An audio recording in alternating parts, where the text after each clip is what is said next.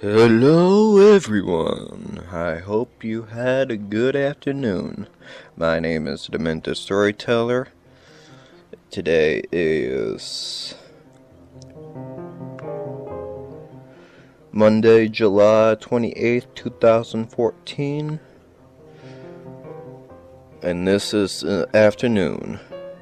I hope you enjoyed the story before, but I shall continue with a different one. The Devil's Death Dome, chapter 1 through 3, but I'm only doing part of 1, sorry. I written these myself, but I do a long ass time reading them. So without further ado, chapter 1 through 1.5. My name is Carson Dale. Before I died, that is. When I was alive, I was around the clock, merc for hire. My job ranged from hacking up zombies who risen from the dead, to a quick buck in the way of sneaking to a dead relative, a hopeful schmuck, wanting closure to whoever they wronged in the past. It's best left at that. Before I ended up in the Cavern of Darkness, I was sent on a mission to find something, for a personal reason, of course. No payment. Just a message that told me to meet someone that was to give me a ransom. When I reached Rendezvous, I was welcomed with a simultaneous clicking sound of that of a flickering of a dim light, shrouding the shadowed storage compactor. Filled with worn-out military equipment from the past zombie and vampire wars, we didn't realize then that it would be a bloodbath that would ultimately be on both their side. But all of a sudden, in the middle, an alliance pact between the zombie overlord and Nosferatu was made, deciding humans were the threat. So that then came the uprising of the demons who lived in peace, side by side with the three colonies. But now, what's left of humans is but patches of damaged structures considered bases or safe havens. But no one is safe. No one's completely safe, exactly. Just safer.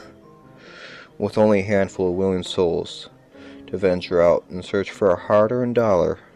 Me and a handful were those insanely stupid members of an independent merc business. The ransom was the closest comrade I had ever met.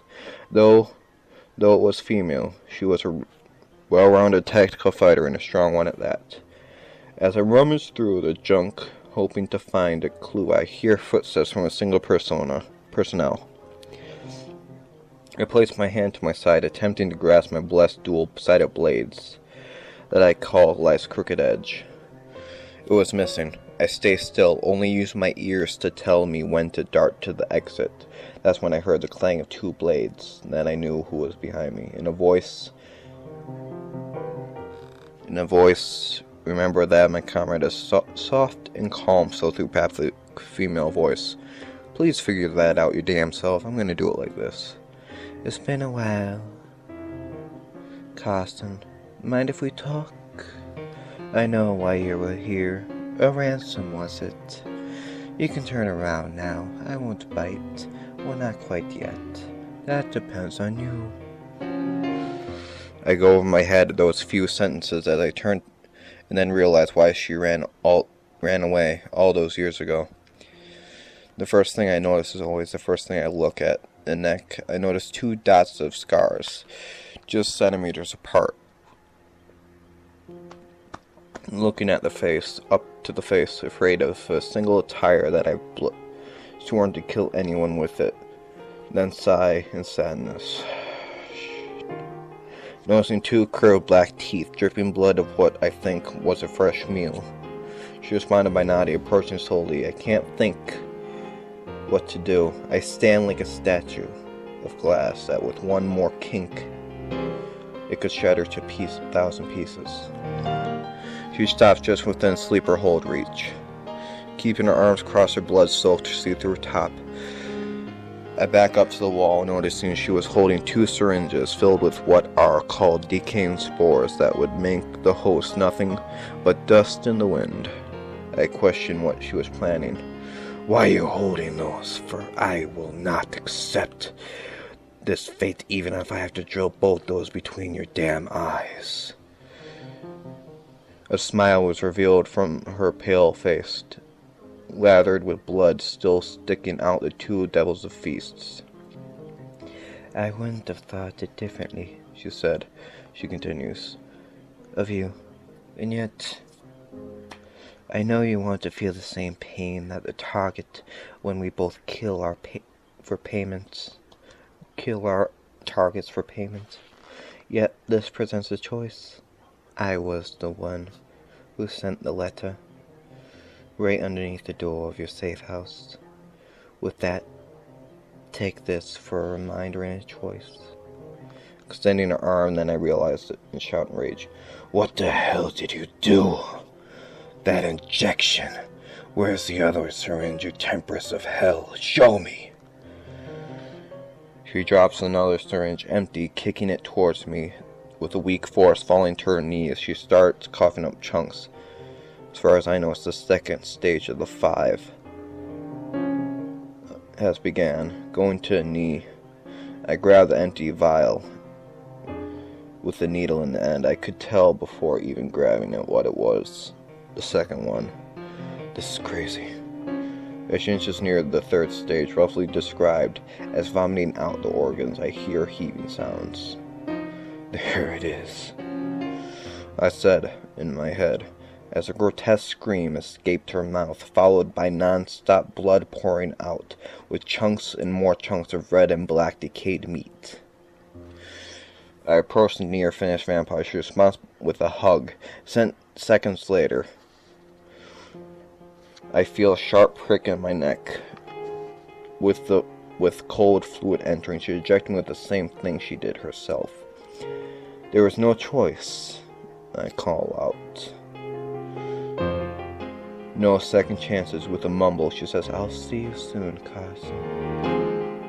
I'll see you soon, Carson. Then came the final stage. She began spasming, jolting as if electricity was being pumped in her, 10,000 volts per second. All I did was hold her as tight as I could to calm her as her skin turned coal black, with veins shutting off. Frying the circulatory system with her last breath, she uttered the phrase I forgot a long time ago. I'll see you on the other side. Her arm went limp, flopping to the floor like a dead man collapses after a shot to the head. I have no choices. What she said, this is a choice there is not. As a decayed spore circled through my system, devouring every portion, searching for an entrance to the main power grid.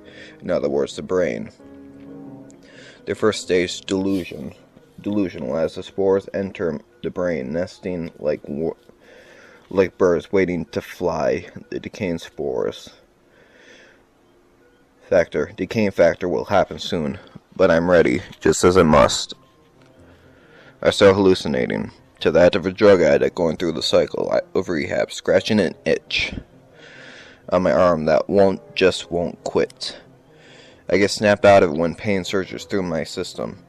I'm nearing the second stage. I move my eyes to see my arm, what is now canvas of a design, painted with deep red cuts, splattering out tiny bits of spores, but not enough, but too much red copper-scented liquid. I lurch, retreating to my knees. I sense the pain will grow. The second stage began. Screaming in agonizing pain, I pray for an end as pain delved up my abdomen, working its way to the exit. Working its way out, exiting through a pain-stricken cough. How long does it have to be? Oh, damn it. I skipped the stage. That means... Too late. Was a second away from the final stage. My muscles started to tighten and loosen, back and forth, thousandfold. I was nearing the end, jolting in seismic pain so much that I can't talk, as a dead and near disintegrated body of Anna Sonaka. But I'll call her Amazonia lay. Actually, Anna Sonaka. Here I start thinking in my head, where will we end up? I know we were criminals, but worked for the decent humans to save them as much as possible. The spasms ended. I lay there with no strength, not even to move my head, staring into the sky as the light fades from me. I see the four surfacing. Final stage 5. No pain, just death was imminent. They burrowed their way into my eyes, and yet I couldn't feel as they descended upon my brain, foaming it as much as mush than nothing at all. That was the time when I